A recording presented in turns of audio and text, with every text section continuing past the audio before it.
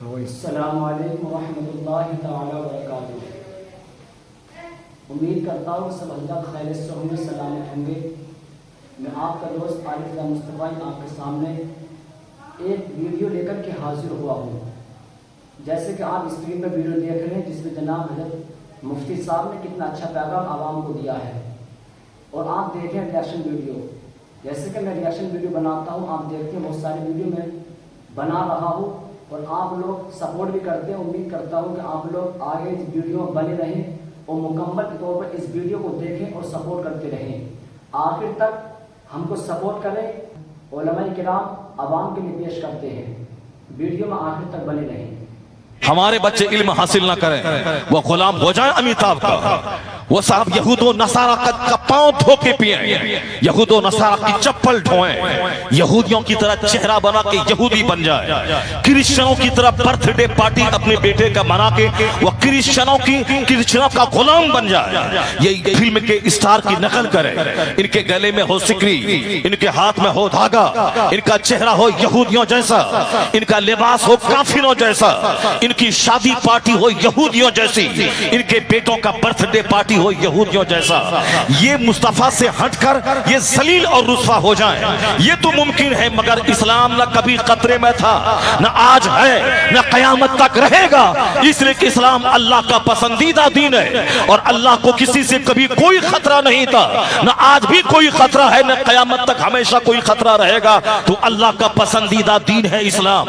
और ये हम और तुम बोलते हो कि इस्लाम का मुस्तकबिल खतरे में है, मगर अमेरिका का यूरोप का एक वैज्ञानिक अपनी जबान में कहता है कि चूंकि इल्म और रिसर्च के ताल्लुक से दुनिया का एक बड़ा तबका है जो इस्लाम से मानूस है, वो कहता है कि आने वाले 100 साल के बाद अगर यूरोप बर्रे आजम के तमाम ममालिक में, यूरोप बर्रे आजम के तमाम गांवों में अगर कोई मजहब हुकूमती मजहब होगा, वह कौन सा मजहब होगा? हमारा बच्चा लुच्चा लफंगा कव्वाली सुनने वाला, सनीमा सुनने वाला, नमाज नहीं पढ़ने वाला, गुटखा खाने वाला, सिगरेट और बीड़ी से शौक रखने वाला, 24 घंटे मोबाइल चलाने वाला, बदतमीज मस्जिद में भी मोबाइल नहीं छोड़ता है, जलसे में भी मोबाइल नहीं छोड़ता है, स्टेज पे भी मोबाइल नहीं छोड़ता है और अपने खानकाहों में मोबाइल नहीं छोड़ता है। यहूदियों के पास 10 लाख का मोबाइल रहता है मगर उसका मोबाइल जेब में रहता है। यहूदियों के बेटे के पास 5 लाख का मोबाइल रहता है मगर उसका मोबाइल जेब में रहता है। मगर हमारे लुच्चे बेटे,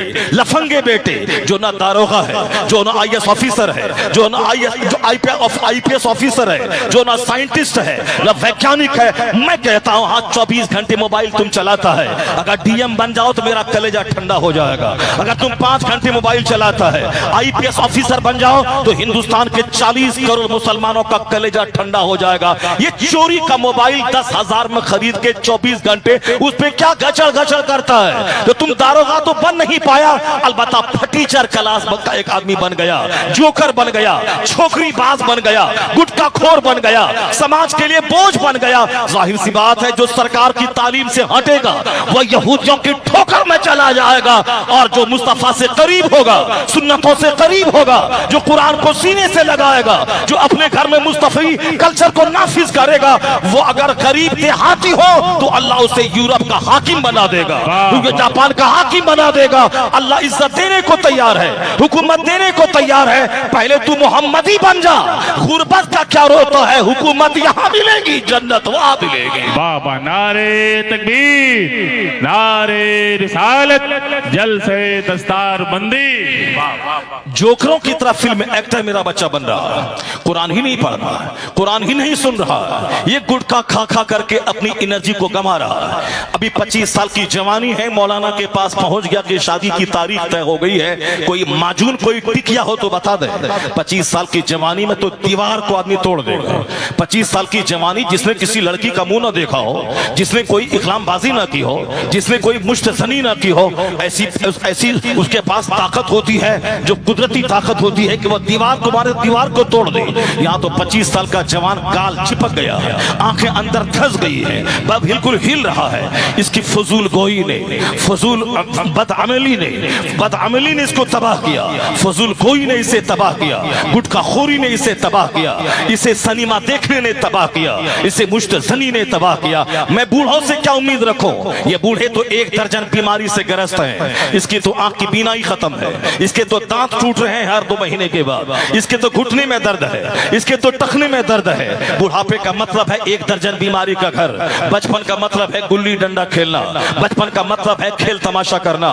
बचपन बच्चे में आदमी गैर मुकल्लफ होता है, यानी मुकल्लफ नहीं होता, वो नमाज रोजा कुछ ना पढ़े, बच्चा है। जवान होने के बाद नमाज फर्ज होती है, रोजा फर्ज होता है, शरीयत के कवानीन जवान होने के बाद बंदों की तरफ मुतवज्जह होते हैं। बचपन तो खेल का, बुढ़ापा बीमारी का। ये क्रीम पीरियड है जवानी का, जिसमें दुनिया भी सजाना है, आखिरत भी सजानी है, जन्नत जाने का काम भी करना है और दुनिया में इज्जत के साथ रहने के लिए एक शानदार जॉब भी करनी है। बाल बच्चों को इज्जत से खिलाने के लिए एक भारी आमदनी भी करनी है, यानी पढ़ना भी है, नौकरी भी करनी है, बिजनेस भी करना है। इसी पीरियड में केस मुकदमा, कचहरी, कोर्ट, शादी बियाह, बाल बच्चे पैदा करना, उसे पढ़ाना, घर मकान दुकान जमीन जगह गाड़ी छकड़ा, सारा काम इसी जवानी पे डिपेंड है। ताकि मैं दुनिया में खुशहाल रहूं, उसके लिए हमें 8-8 घंटे मेहनत करना पड़ेगा, उसे हमें 16-16 घंटे पढ़ के लड़के लोगों से नौकरी लेनी पड़ेगी।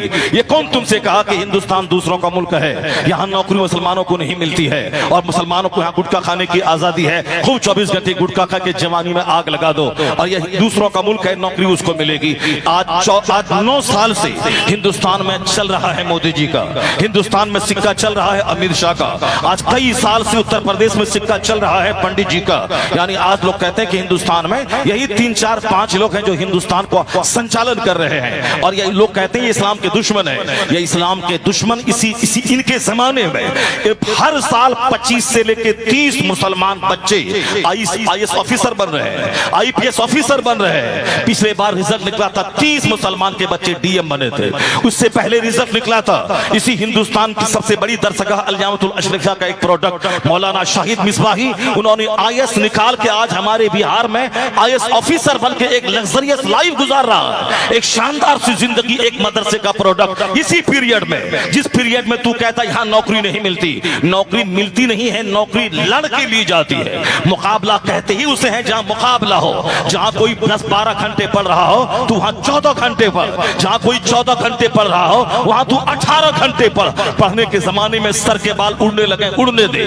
पढ़ने के जमाने में पाँव की चप्पल घिसती हो, घिस जाने दे। पढ़ने के जमाने में एक बार भी परहेज का कपड़ा ना पहनना पड़े, मत पहन। पहनने के जमाने में दाल रोटी खानी पड़े तू खा, लेकिन मुकाबला कर उसका।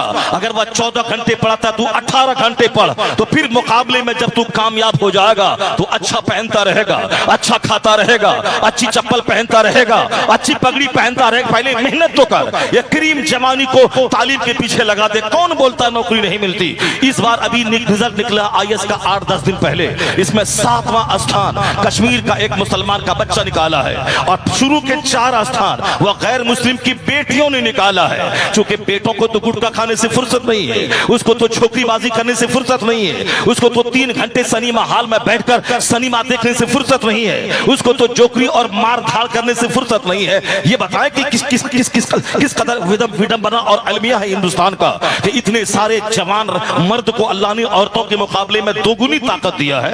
ये रात में 12-12 घंटे जाग कर पढ़ सकता है, ये सरहद पे दुश्मनों से लड़ सकता है, ये हवाई जहाज से लेकर ट्रेन तक उड़ा सकता है और चला सकता है। ये 6-6 महीने पानी में गोता लगाकर वहां के हीरे जवाहरात से वो रोशनास हो सकता है। वह फजाओं में 10-10 महीने तक मुअल्लक रहकर वह कायनात की मिस्ट्री से वो बाखबर हो सकता है। ये मर्दों को अल्लाह ने ताकत उनके मुकाबले में ज्यादा दी है। मर्दों को दाढ़ियां दी हैं ताकि ज्यादा ताकतवर ये बने, मर्दों के चमड़े को मोटा किया है ताकि ताकतवर ये ज्यादा बने। औरतों को अल्लाह ने दाढ़ी नहीं दी है ताकि वह शौहर की आंखों की जीनत बनी रहे, वो अपने बाल बच्चों के लिए एक बहुत बड़ा ताकत का खजाना बनी रहे, वो अपने घर को जन्नत नुमा बनाने के लिए वो अपने घरेलू खातून बनी रहे। आज यहाँ मर्द है जो चूड़ी पहनते हैं, मर्द है जो लंबा बाल रख के रबड़ बांध रहे हैं, ये औरतें हैं जो जींस और टी-शर्ट पहन के मैदान में आ रही है। जिसको एक तमाचा मारा जाए वो 4 करवट जाएगी, और जो साहब हमारी आवाज को सह नहीं सकती, जिसके पास रात में 5 घंटे दरवाजे पर खड़े रहकर फैक्ट्री के दरवाजे पर वह तरबानी नहीं कर सकती, वो हवाई जहाज फ्लाई नहीं कर सकती, वह ट्रेन चला नहीं सकती, वह ट्रक का ड्राइवर नहीं बन सकती, तो उसको चेहरे पे दाढ़ी इसलिए नहीं है ताकि वह घर में रहे, अपने बच्चों को सलाहुद्दीन बनाए, अपने बच्चों को औरंगजेब बनाए, अपने बच्चों को गाजी बनाए, अपने बच्चों को शहीद बनाए, अपने बच्चों को डीएम बनाए। पर नहीं तो अगर दोनों बराबर हैं तो एक साल मर्द बच्चा पैदा करें, एक साल औरत बच्चा पैदा करे, एक साल मर्द दूध पिलाएं, एक साल औरतें दूध पिलाएं। ऐसा जब नहीं हो सकता है, ना हिंदुइज्म में हो सकता है, ना क्रिश्चियनिटी में हो सकता है, ना जूस में हो सकता है, नहीं हो सकता है, तो फिर नारियों को मर्द के समान क्यों बोलता है? और जहां तक इज्जत का सवाल है, इज्जत जो इस्लाम ने दिया है वह कोई दूसरा मजहब नारियों को दे ही नहीं सकता है। इस्लाम ने तो कहा है कि नारियों के पांव के नीचे जन्नत है। इस्लाम ने तो कहा है माँ का चेहरा देखो तो हज मबरूर का अज्र मिलता है। माँ ने तो इस्लाम जो कहा है माँ की पेशानी चूम लो तो जन्नत की चौखट के चूमने का मजा मिलता है। इस्लाम ने तो बाप की जायदाद में औरतों को हिस्सा दिलाया। इस्लाम ने शौहर की प्रॉपर्टी में औरत को हिस्सा दिलाया। इस्लाम ने बेटों की जायदाद में माँ को हिस्सा दिलाया। एक औरतों को 3 जगहों से जो धनहीन थी उसे धनवान इस्लाम ने बनाया कि शौहर मरे तो उसकी प्रॉपर्टी में औरत को हिस्सा मिलेगा, बेटा मरे तो उसकी प्रॉपर्टी में माँ को हिस्सा मिलेगा, और अगर बाप मरे तो उसकी जायदाद में बेटियों को हिस्सा मिलेगा। औरतों को 3 तरफ से दौलतों में हिस्सेदार बना के इस्लाम ने उसे मालदार बनाया। औरतों को चूंकि वह कमजोर है इसलिए मोटी चादर डाल दी ताकि कोई कोचिंग सेंटर में कोई दरिंदा इस पर हमला न करे, स्कूल में कोई दरिंदा इस पर हमला न करे, रास्ता चलते कोई लुच्चा लफंगा इस पर हमला न करे।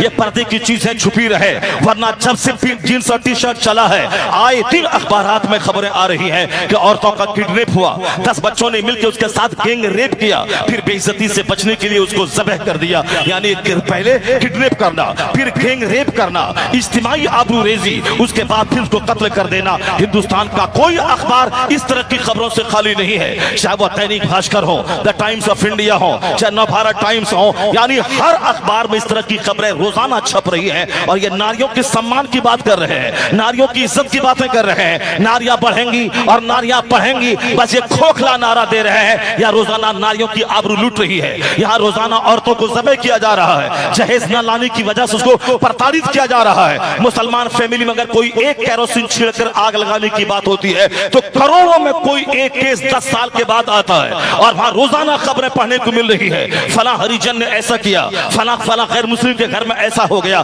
तो अपना दामन झांक के देख ले, कहां औरतों को प्रताड़ित किया जा रहा है, औरतों के सम्मान को नोचा जा रहा है। यहाँ तो इस्लाम ने औरतों को पर्दा इसीलिए दिया है ताकि इसकी आबरू बची रहे। ये किस कदर ताज्जुब की बात है। रेलवे स्टेशन पे मैं नमाज पढ़ता हूँ तो कहते हैं ये नमाज पढ़ने की जगह मस्जिद नहीं है। ये उसी स्टेशन पर एक लड़का एक लड़की एक दूसरे से चिपक रहा है, चुमा चाटी कर रहा है, कोई खबीस बोलने वाला नहीं है कि इस तरह की हरकतों से क्या मैसेज समाज में जाएगा। एक गलत मैसेज जा रहा है, लोग देखेंगे उस पर क्या गुजरेगा, एक गलत काम यहाँ क्यों कर रहा है, कोई नहीं बोलता। नमाज पढ़ो, अपने खालिक को सजदा करो। तो ये सालिम कहते हैं नमाज पढ़ने की जगह नहीं है और वहां चूमा चाटी करो, कोई बोलने वाला नहीं है। ये आदमियत है या हैवानियत है, ये शराफत है या शरारत है। एक स्कूल में एक लड़की चड्डी पहन के आ रही है, चपरासी भी मजे लेके देख रहा है, प्रोफेसर भी मजे लेके देख रहा है, टीचर भी मजे लेके देख रहा है, किरानी भी मजे लेकर देख रहा है, स्कूल के सारे अफराद मजे लेके देख रहा है। उसी माहौल में अगर एक लड़की निकाब पहन के आ रही है तो उसको कहता ये भूतनी है,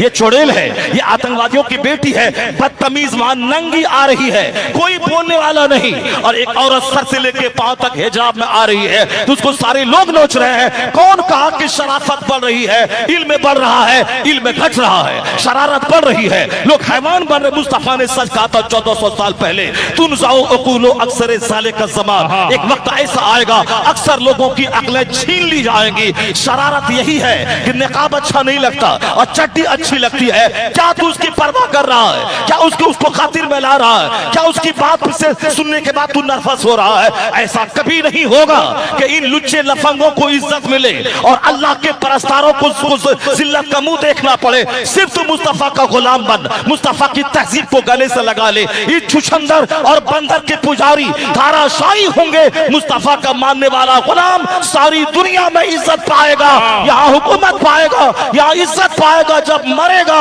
वहां काफिरों को जहन्नम की आग मिलेगी, मुसलमानों को मुस्तफा का परोस मिलेगा। नारे तकबीर, नारे रिसालत जलसे दस्तार बंदी। इन लुच्चों लफंगों की क्या बात सुनेगा? ये अगर बोले इस्लाम खतरे में, उसकी बात मान लेगा तुम?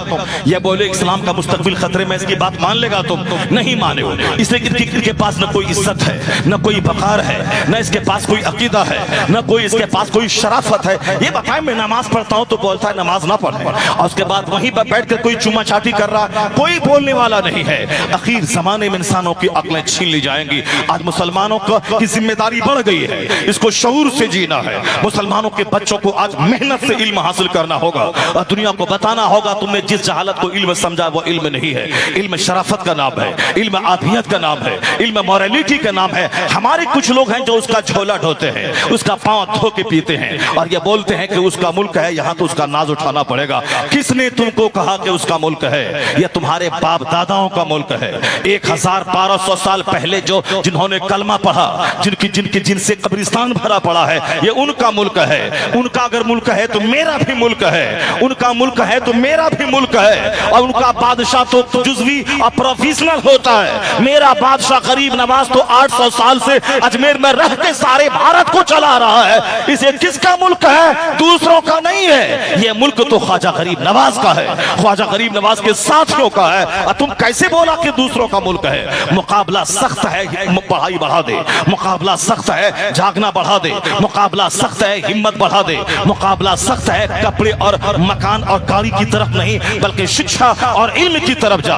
10 बीघा जमीन है, सबको बेच डाल। अपने बच्चों को डीएम बना, अपने बच्चों को एसपी बना, अपने बच्चों को प्रोबेशनरी ऑफिसर बना, अपने बच्चों को जुडिशरी में भेज, अपने बच्चों को लॉयर बना, अपने बच्चों को जज बना, अपने बच्चों को हिंदुस्तान के सारे दफातर में भेज दे ताकि दुश्मन मजबूर हो जाए तुम्हें रखने पर। तुम्हारी क्वालिटी को देखकर क्वालिटी बढ़ा दे। वो डिग्रीधारी मत बन, वह झोला छाप डॉक्टर मत बन, बल्कि डिग्रीधारी भी मत बन। अभी क्वालिटी को देखा जाता है। क्वालिटी जिसके पास रहे वह ना चाह करके भी तेरे बच्चों को डीएम बनाता है, क्योंकि उसे हिंदुस्तान चलाने के लिए आदमी चाहिए, और आदमी वही जिसके पास एबिलिटी मौजूद हो। वो तो कमजोरों की कहानी है कि दूसरों का मुल्क है।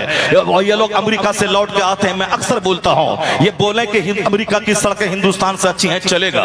वह बोले कि जापान की बिल्डिंग हिंदुस्तान की बिल्डिंग से ज्यादा फ्लैग बोस है, वो चलेगा। वह हिंदुस्तान से ज्यादा अमेरिका यूरोप की तारीफ करें, चलेगा। और मेरा बच्चा अमेरिका से घूम के आने के बाद नहीं बोलता वहां के व्हाइट हाउस हिंदुस्तान की पार्लियामेंट हाउस से ज्यादा खूबसूरत है, वहां की सड़कें हिंदुस्तान से ज्यादा अच्छी चिकनी है। नहीं, वो यही बोलता है हिंदुस्तान हिंदुस्तान है। अमेरिका से अच्छा हिंदुस्तान हमारा, चाइना से अच्छा हिंदुस्तान हमारा, ब्रिटेन से अच्छा हिंदुस्तान हमारा, नॉर्वे कनाडा से अच्छा हिंदुस्तान हमारा। और हम फख्र से कहते हैं इन सारे जहां से अच्छा हिंदुस्तान हमारा। हम बुलबुले हैं इसकी ये गुलसिता हमारा। तो हमने वो नारा दिया था, आज वो नारा हर शख्स की जबान पे है। हमारे बाप दादाओं ने हिंदुस्तान के जर्रे जर्रे से प्यार करना सिखाया है। 2-4 लुच्चे लफंगों को देखकर ये नहीं बोला जाएगा कि इस्लाम खतरे में है। हिंदुस्तान दिल्ली की कोई बंदरिया इस्लाम और पैगंबर इस्लाम और कुरान के खिलाफ बोले तो उसको सुनने के बाद तुम नर्वस मत हो जाना कि मुसलमान बनने की सजा ये मिल रही है। वो हमारे पैगंबर और हमारे कुरान के खिलाफ वो अपमानित जुमले इस्तेमाल कर रहा है। उन जोकरों की बात पे कान ही नहीं धरना है। वह सिर्फ चंद रोटी खाने के लिए कुत्ता जैसे भौंकता है, उसी तरह 2 रोटी खाने, कुर्सी हासिल करने, सीट लेने, एमएलए बनने, प्रधान बनने, विधायक सांसद बनने के लिए वह भौंकता है। और कोई मुद्दा अगर नहीं मिलता है तो एक इस्लाम मुद्दा मिलता है, एक कुरान उसको मुद्दा मिलता है। उस कुरान और इस्लाम के खिलाफ जहर उगल के अपने ग्रुप में वह हीरो बनना चाहता है, वरना उसकी इल्मी लियाकत का तो ये आलम है। एक जुमला कायदे से उसको हिंदी नहीं आती है, एक जुमला कायदे से अंग्रेजी नहीं आती है, वो चला है इस्लाम के खिलाफ जबान खोलने। मैं बताऊंगा ठहर कर कि यूरोप का जॉर्ज बर्नार्ड शॉ ने क्यों कहा था, if any religion has a chance of ruling over England ने Europe within the next 100 years it is Islam. आने वाले 100 साल के भीतर पूरे यूरोप बर्रे आजम में अगर कोई मजहब हुकूमती मजहब बनने वाला है तो वह मजहब इस्लाम बनने वाला है। बर्नार्ड शॉ ने कहा, कोई मौलवी नहीं बोला है, कोई पीर साहब नहीं बोले, हम लोग तो बोलते रहते हैं, मगर ये जुमला एक क्रिश्चियन का है जो यूरोप में आज से 50 साल पहले जिसकी मौत हो गई और जिससे हजरत मौलाना अब्दुल अलीम सिद्दीकी मेरठी अलैहिर्रहमा से एक जबरदस्त मुनाजरा हुआ था। उससे इस्लाम से इतना इंप्रेस्ड हुआ कि उसने दुनिया का जायजा लेने के बाद ये जुमला अपनी जबान से निकाला था। ऐसा महसूस हो रहा है कि जो इल्म की धमक साइंसी तहकीक कुरान पाक की तालीम की रोशनी जो दुनिया भर में फैल रही है, उसको देखकर यह कहा जा सकता है कि आने वाला वक्त इस्लाम का इतना खूबसूरत वक्त आ रहा है कि सिर्फ ऑस्ट्रेलिया अमेरिका नहीं बल्कि यूरोप जो हिंद दुनिया का सबसे तरक्की याफ्ता बर्रे आज़म है, उन्होंने कहा था यूरोप बर्रे आज़म में अगर कोई मजहब हुकूमती मजहब बनने वाला है तो वह मजहब इस्लाम बनने वाला है। जरा ठहर के मैं इस पर तबसरा करता हूँ। पहले हवाई बातें नहीं बल्कि मैं अपने पढ़े लिखे बच्चों को पावर में करा दूं कि कुरान करीम नफरत फैलाता है या इल्म का उजाला फैलाता है। कुरान करीम ने जिस तहकीकात को दुनिया के सामने रखा है, आज यूरोप का दानिश्वर देख के दंग रह रहा है। आज ऑस्ट्रेलिया का और साहब थाईलैंड की राजधानी बैंकॉक का प्रोफेसर वह कलमा पढ़े बगैर नहीं रह रहा है। वह कौन सी आयत थी जिसको के थाईलैंड की का एक जबरदस्त वैज्ञानिक उसको देखने के बाद वो कलमा पढ़े बगैर नहीं रह सका। वह कौन सी आयत थी कि जिसको कोस्टो नामी फ्रांस का एक जबरदस्त साइंटिस्ट उन्होंने जिसको देखने के बाद पूरी भरी मजलिस में सबको गवाह बनाकर वह इस्लाम से करीब हुआ। मैं लुच्चो लफंगों की बात से मैं नर्वस हो जाऊं या उन जैसे चमकते साइंसदानों को इस्लाम लाने को देखने के बाद मैं अपना सीना फख्र से चौड़ा करो कि मेरा कुरान अजाइबात का मजमुआ है, मेरा कुरान हकायक का मजमुआ है। हुजूर ने कहा था ला तनक़ज़ी अजाइबहु, यानी इसके अजाइबात कभी खत्म ना होंगे। और दूसरी अल्लाह फरमाता है एक जगह कि सनुरीहिम आयातिना फिल आफाक व फी अनफुसिहिम हत्ता यतबय्यन लहुम अन्नहुल हक। अल्लाह कहता we shall show our portents in the horizons and in themselves that it will be manifest that it is true. अल्लाह कहता मैं अपनी निशानी दिखाऊंगा, इतना दिखाऊंगा दुनिया भर में ताकि सारे लोग जान जाएं कि ये कुरान हक है, यह इस्लाम हक है, अल्लाह हक है और मुस्तफा हक है। मुसलमानों का यकीन कमजोर हो रहा है। इसको बोला जाए कि औलाद को ज़बह मत कर, अल्लाह रोजी देने वाला है, इसको यकीन ही नहीं होता। ये काफिरों का देखा देखी दो बच्चे के बाद या तो कंडोम का इस्तेमाल करता है या तो माने हमल अद्वियात का इस्तेमाल करता है, चूंकि यकीन ही कमजोर हो गया। क़यामत की निशानी है कि आखिर जमाने में इल्म दुनिया से उठा लिया जाएगा। वयुरफाउल इल्म, इल्म दुनिया से उठ जाएगा। आखिर जमाने में जब इल्म उठ जाएगा तो फिर जहालत जाहिर होगी। कोई एक आलिम नहीं मिलेगा दुनिया में जो फराइज के मसले को बता दे। दो भाई आपस में लड़ेंगे, इतनी प्रॉपर्टी मेरा बाप छोड़ के मरा है और हम दो भाई हैं, एक बहन है, हमारी एक फूफी है, हमारी एक फूफी है, हमारा एक भतीजा है, और किसमें जायदाद तकसीम कैसे होगी कोई नहीं बता पाएगा। एक मुत्तकी फकीह आलिम भी हो वली भी हो ढूंढने से नहीं मिलेगा। आया है हदीस में कि मोटा ताजा जानवर लेकर एक शख्स मुत्तकी फकीह की तलाश में निकलेगा, उसका जानवर दुबला पतला हो जाएगा लेकिन कोई मुत्तकी फकीह नहीं मिलेगा। किसी के पास इल्म होगा तो तकवा नहीं होगा, नमाज की पाबंदी नहीं होगी। किसी के पास नमाज की पाबंदी तकवा होगा तो इल्म की कमी रहेगी, यानी उसके पास इल्म का चिराग नहीं रहेगा। इस तरीके से दुनिया में हालात किसी हद तक इसी तरह के पैदा हो गए हैं। एक तरफ इल्म है तो तकवा नहीं है, एक तरफ नमाज रोजे की पाबंदी है तो इल्म नहीं है। और धीरे धीरे इल्म दुनिया से उठेगा तो लोग जाहिलों को अपना सरदार बनाएंगे, जाहिल गलत मसला बताएगा, खुद भी गुमराह होगा और कौम उसकी सारी गुमराह होती जाएगी। और जब इल्म उठा लिया जाएगा तो उस जमाने में आदमी जाहिलों से बदतर हरकत करेगा, जानवरों से बदतर हरकत करेगा और फिर शराब कसरत से पी जाएगी। ये क़यामत की निशानी है कि इल्म उठा लिया जाएगा, ज़िनाकारी जाहिर होगी, यानी इस कदर आदमी के बदन में ज़िना शहवत कूट कूट कर भर दी जाएगी कि 3 साल का बच्चा भी ऐसी बातें बोलेगा जिनकी बातों से शहवत टपकेगी। 4 साल का बच्चा भी ऐसा काम गली में करेगा जिसको देखने के बाद एक 24 साल का जवान शर्मा जाएगा। और फिर चाहे पढ़ा लिखा आदमी हो बेपढ़ा लिखा आदमी, वो अपने दफ्तर में बैठकर, मदरसे में बैठकर, स्कूल कॉलेज में बैठकर, हर जगहों पे बैठकर सिर्फ शहवत की बात करेगा। ये मर्द पैदा एक जुज़वी काम था, एक पार्शियल काम था कि मर्द औरत का रिश्ता बड़ा घना होता है। बाकी रही बात ये जबान पे हमेशा चौक चौराहे पे गली कूचे में जानवरों की तरह सिर्फ शहवत का चर्चा करना, चूंकि आदमी की शहवत गालिब आ जाएगी। इसके दिल और दिमाग पे सिर्फ एक ही जुनून चढ़ जाएगा। वह मकान बनाना उतनी बड़ी कामयाबी नहीं समझेगा जितनी बड़ी कामयाबी समाज की एक लड़की को हासिल करना समझेगा। 24 घंटे नेट चलाना, किसी लड़की से चैटिंग करना, फिर उसके बाद उसके लिए पागल हो जाना और बाप माँ से कहना मेरी शादी वही होगी और मैं उसी के लिए पैदा हुआ हूँ, और वो भी बोलती मैं इसी के लिए पैदा हुई हूँ। समाज के लोग कहते हैं कि अरे वो लड़की तो यूज्ड है, उसके 3 हमल हॉस्पिटल में गिराए जा चुके हैं, उसको तो मैं जान रहा हूँ। ये बोलता नहीं वो तो अनटच्ड है, वह तो मेरे लिए पैदा हुई है।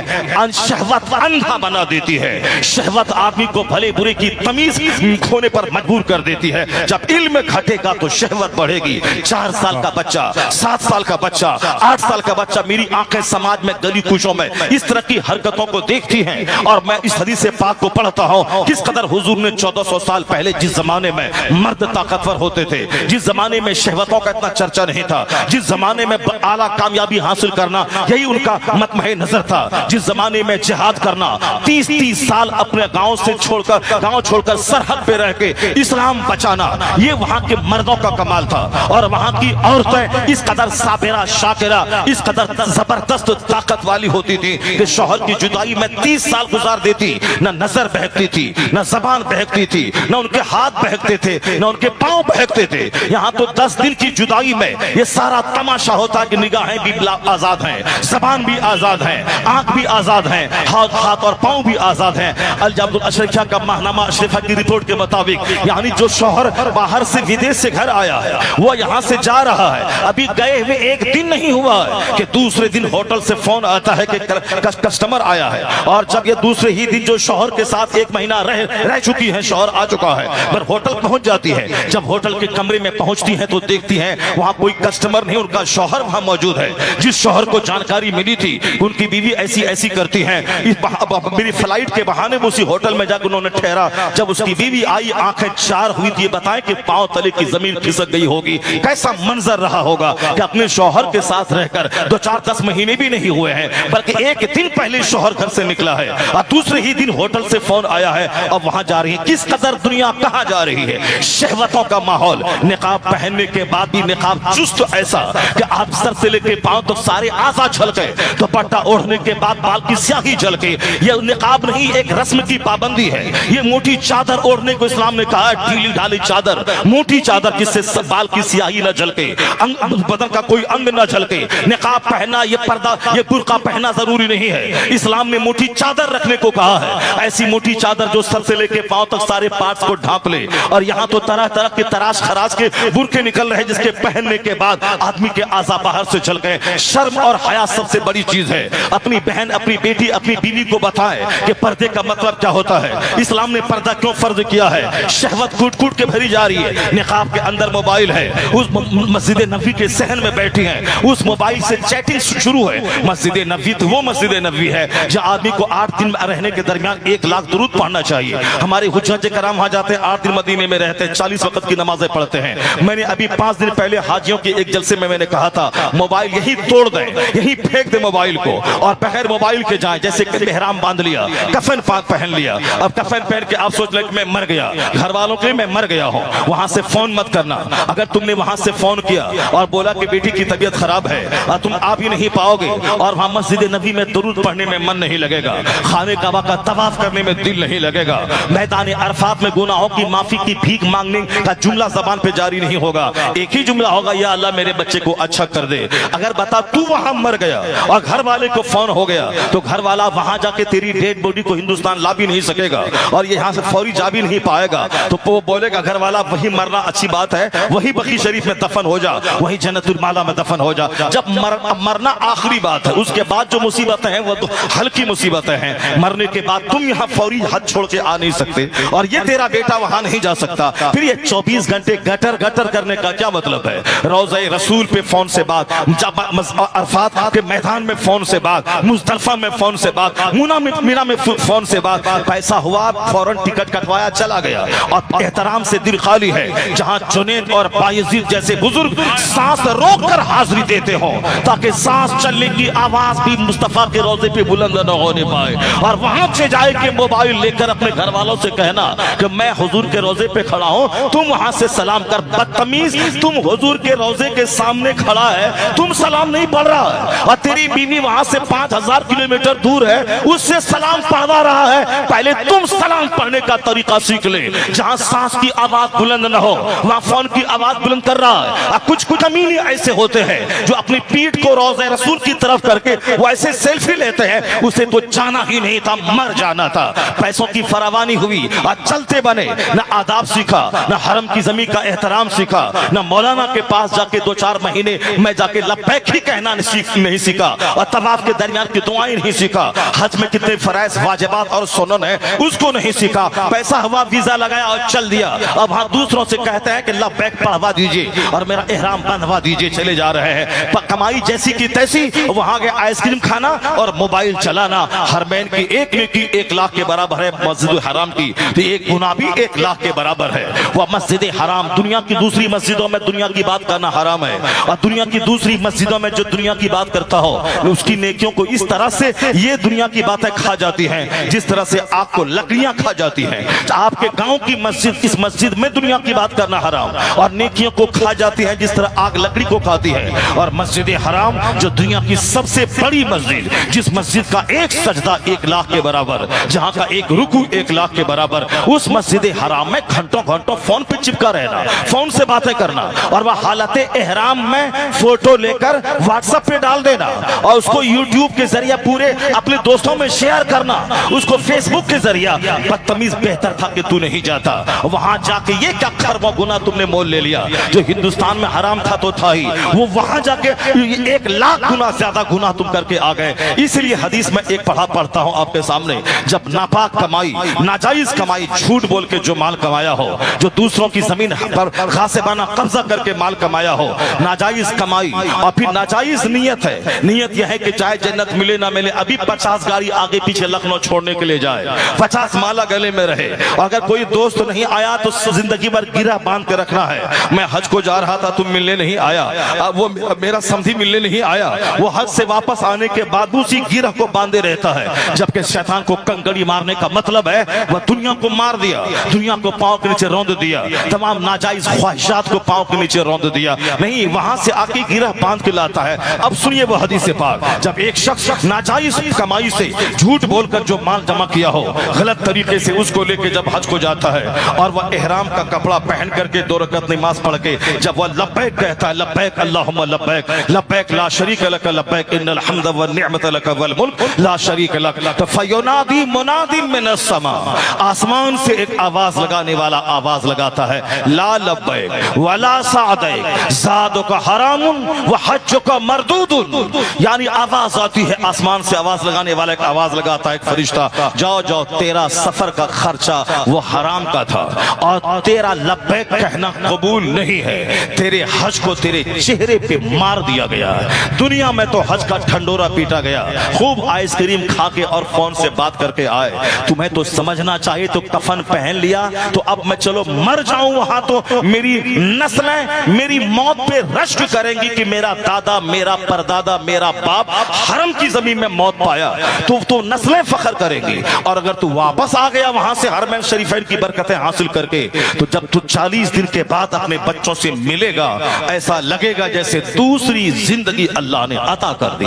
उस वक्त मिलने में जो मजा आएगा, ये फोन से बात कर करके इस सफर को क्यों बेबरकत बनाता है। जो जायज कमाई से, दुनिया को मालूम हो या ना हो, हज मुझ पर फर्ज है, मुझको अदा करना है। नमाज फर्ज है, मैं 5 वक्त मस्जिद नमाज पढ़ने जाता हूँ। कौन माला पहनाया जाता है, कौन जुलूस निकलता है। रोजा फर्ज है, हर साल 1 से लेकर 30 रोजे तक मैं रखता हूँ। कौन माला पहनाता है, कौन 2-4 गाड़ी से मुझको सी ऑफ करता है। ज़कात फर्ज है, हर साल पाई पाई का हिसाब निकाल कर, चाहे 1 करोड़ है तो 2.5 लाख, 1 लाख है तो 2500, जितने हैं उतनी की ज़कात मैंने निकाल दी। मेरा माल पाक और मेरा दिल भी पाक, चूंकि ज़कात का मकसद ही होता है कि तेरे दिल में माल न रहे, तेरे दिल में माल देने वाले की मोहब्बत रहे। और ज़कात का मकसद ये होता है कि माल पाक हो जाए, तो माल भी पाक और दिल भी पाक। अगर ज़कात नहीं निकली तो माल भी नापाक। 1 करोड़ में 2.5 लाख ज़कात, 2.5 लाख में 2 लाख निकाला, 50,000 नहीं निकाला, सारा माल नापाक। 1 रुपया भी ज़कात का अगर रह गया असल माल में, इल्ला अफसदतहु, सारे माल को तबाह बर्बाद करके रख देता है। यहाँ तो 1 करोड़ है, 2.5 लाख निकालने में सीने में दर्द होता है,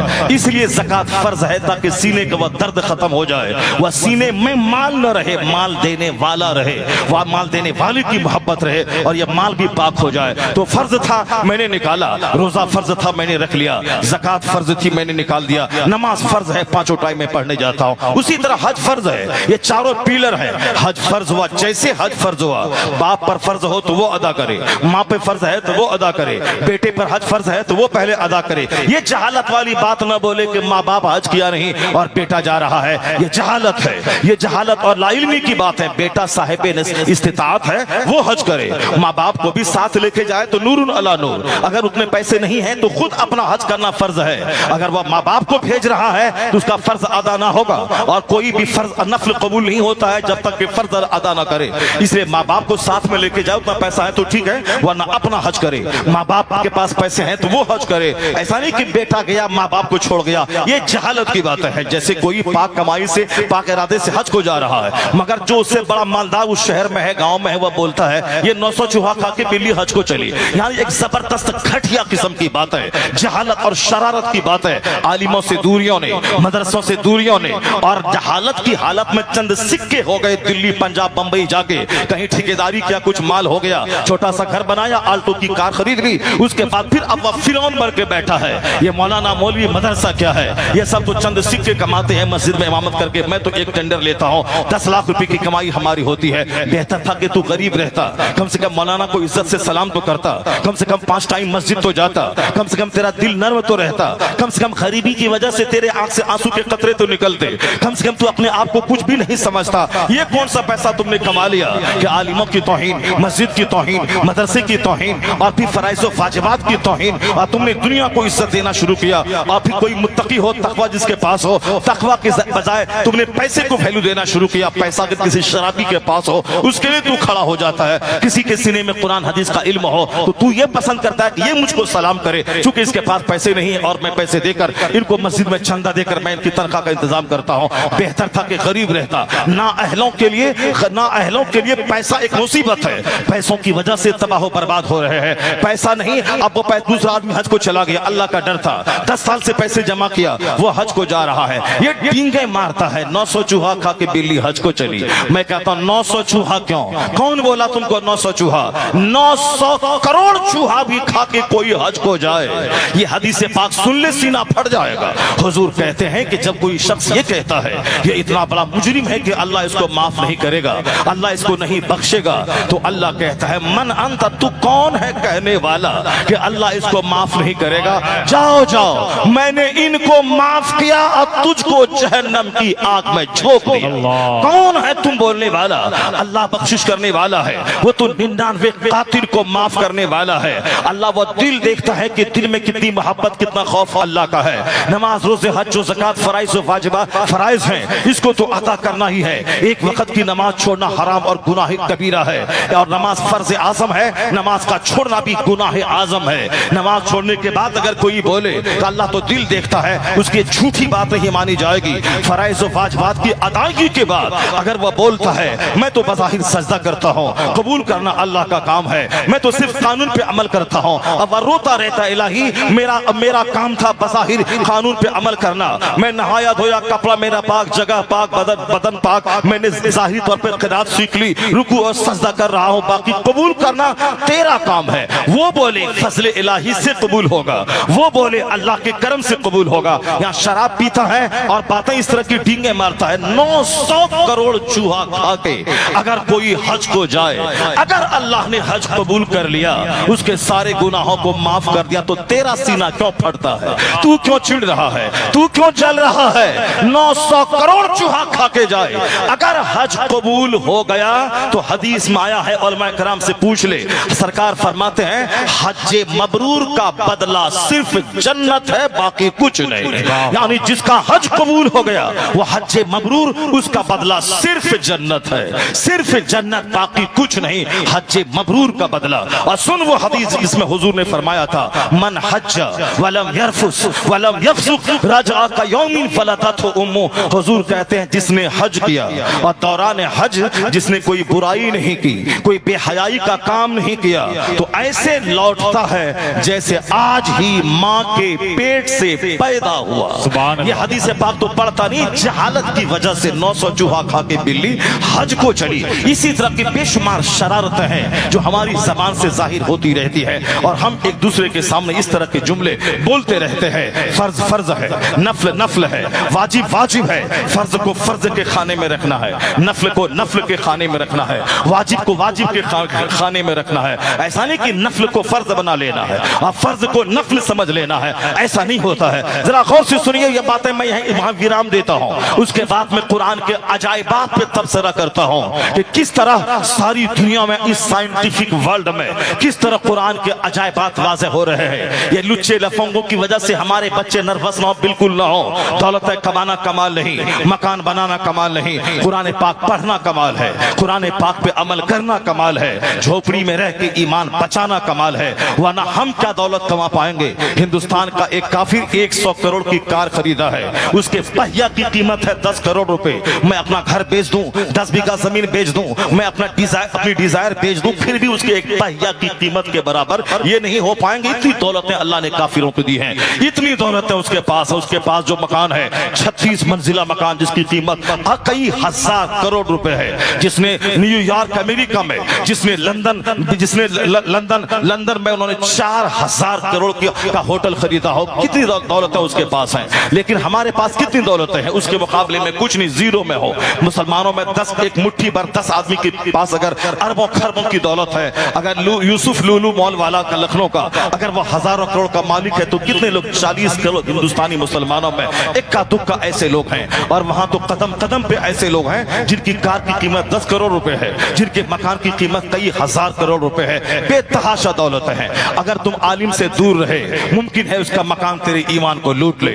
अगर तुम दिल में इल्म दोस्ती से अलग रहा, मुमकिन है उसकी कार तेरे ईमान को छीन ले कि इनके पास इतनी कार है, ये काफिर होके तो फिर मैं मुसलमान हूं, मुसलमान होने की ये सजा मिल रही है। अब एक साइकिल भी मेरे पास ठीक से नहीं, बुलेट भी नहीं है, उनके पास 10-10 करोड़ की कारें हैं, तो सीना हिल जाएगा। इसीलिए आलिमों की सोहबत में रहना, दीनी गुफ्तगू सुनना, रोजाना किताबों का मुताला करना इसलिए जरूरी करार दिया गया है। बुजुर्गों ने कहा है जो मौलवी 10 साल 20 साल पढ़ने के बाद 3 दिन लगातार किताबों का मुताला छोड़ दे, उनका दिल मरने लगता है, उनका दिल बुझने लगता है, वह भी जाहिलों की तरह बोली बोलने लगता है जिस तरह आजकल लोग बोल रहे हैं। 20 साल मदरसे में पढ़े और यहां से चले गए JNU, वहां दाढ़ी भी छोटी हो गई और वहां सर से टोपी भी उतर गई, क्योंकि अब ये साहब ये पोस्ट ग्रेजुएशन कर रहे हैं। और उसी JNU का लड़का जो बचपन से इंग्लिश मीडियम में पढ़ रहा है, वह MA MSc करते हुए क्लास में वो 72 तक दाढ़ी भी रख रहा है, वो क्लास के टाइम में पैंट शर्ट, उसके बाद वो पंजाबी पायजामा पहन रहा है और वो कुरान पाक का अंग्रेजी ट्रांसलेशन पढ़ रहा है और उसके दिल में इस्लाम का दर्द पैदा हो रहा है। और ये 20 साल पढ़ने के बाद वहां गया, 20 दिन भी नहीं हुआ कि चेहरे की दाढ़ी भी छोटी हो गई और सर से टोपी उतर गई। इसका मतलब है कि किताब पढ़ा, वो किताब दिल में नहीं उतरी है। सिर्फ जबानी तौर पर पढ़ना कमाल नहीं है, बल्कि उसे दिल में जगह देना, उस पर गौर फिक्र करना, यह कमाल है। बुजुर्गों ने कहा है कि मुताला मरते दम तक करते रहना है। जमीन फौरन सूख जाती है जब 2-4 दिन तेज धूप होती है, जमीन मर जाती है। उसको दोबारा जिंदा करने के लिए बारिश मतलूब है, जाके अंदर से पानी डालें या फिर आसमान का पानी पड़े, तब वह खेत जिंदा होता है, तब दूसरी फसल लगती है। 2-4 दिन की धूप जमीन को मार देती है, जलाकर राख कर देती है। उसी तरह 2-4 दिन घोंडों की सोहबत, लुच्चों की सोहबत, लफंगों की सोहबत, बेनमाजी की सोहबत, दुनियादारों की सोहबत, यह दिल को मार देती है, यह दिल को जला के राख कर देती है। इसलिए हुजूर ने कहा था मालदारों के पास मत बैठना ए आयशा, मालदारों के पास बैठने से दिल सख्त हो जाता है। और यहाँ हम मालदारों की सोहबत तलाश करते हैं, कहाँ मिले कोई प्रधान, कहाँ मिले कोई सांसद, कहाँ मिले कोई विधायक। इसीलिए हमारा दिल जब मर गया तो हम अपना नेता किसी डकैत को बनाते हैं, किसी चोर को बनाते हैं, किसी मर्डरर को बनाते हैं, किसी हरामखोर को बनाते हैं। और जब वह हरामखोर मर जाता है तो मैं खौफज़दा हो जाता हूँ, अब कहीं मेरी इज्जत तबाह ना हो जाए। मेरा वो हरामखोर मेरा सहारा था और अब हम डरने और सहमने लगते हैं। जबकि आला हजरत ने 100 साल पहले कहा था कि कोई चोर डकैत तेरा रहनुमा नहीं है, कोई कातिल तेरा रहनुमा नहीं है, कोई मर्डरर तेरा रहनुमा नहीं है। आला हजरत ने 100 साल पहले कहा था गमज़दाओं को रज़ा मुज़दा दीजिए कि है बेकसों का सहारा हमारा नबी। तुम्हारा सहारा हमारा नबी है, हमारा सहारा नबी के सहाबा है, हमारा सहाबा हसने का, हमारा सहारा हसने करीमैन है, हमारा जबरदस्त आसरा गौसे आजम है, हमारा जबरदस्त सहारा ख्वाजा गरीब नवाज है। मगर चूंकि हमारा दिल मर जाता है तो हम किसी गुंडे को अपना सहारा समझते हैं, किसी कातिल को अपना सहारा समझते हैं, किसी हरामखोर को अपना सहारा समझते हैं। और वो गुंडा कातिल हरामखोर अगर मर जाए तो हम बेसहारा हो जाते हैं कि हमारा कोई नहीं है। ये मेरे दिल के जलने का नतीजा है, ये मेरे दिल के सख्त होने का नतीजा है, ये गुंडागिर्दी उनकी सोहबतों में रहने का नतीजा है। बुजुर्गों ने कहा था 3 दिन तक कोई किताब को मत का मुताला ना करे उसका दिल मरने लगता है। कौन? जो मौलाना 20 साल पढ़ा, उनकी बात है। बुजुर्गों ने कहा कि ये अगर 3 दिन किताब छोड़ दे तो इनकी सोच भी जाहिलाना हो जाती है, ये भी दुनिया की हवस में गिरफ्तार हो जाते हैं। वह तो कोई दूसरा था जो अल्लामातुल अज़हर मिस्र से लौटने के बाद जिनके नाना ने कहा था कि मैं सोचा था कि मेरा लाल, मेरा नवासा मिस्र जाने के बाद बदल जाएगा, इसीलिए वह तैयार नहीं थे कि मिस्र या जाएं। मगर नाना को किसी तरह मना लिया गया और मिस्र गए। वहां 3 साल के बाद जब लौटे हैं, सबसे पहला माला उनके गले में बरेली स्टेशन पर मुफ्ती आज़म आलमी इस्लाम के गले में डाला और चेहरा देख के बोला, हाँ हाँ, दूसरों का बेटा मिस्र जाके बदल जाता है, मगर मेरा बेटा अल्हम्दुलिल्लाह वहां से बदल कर नहीं आया है, जैसे गया था वैसे बना हुआ आया है। वो ताजुश शरीयत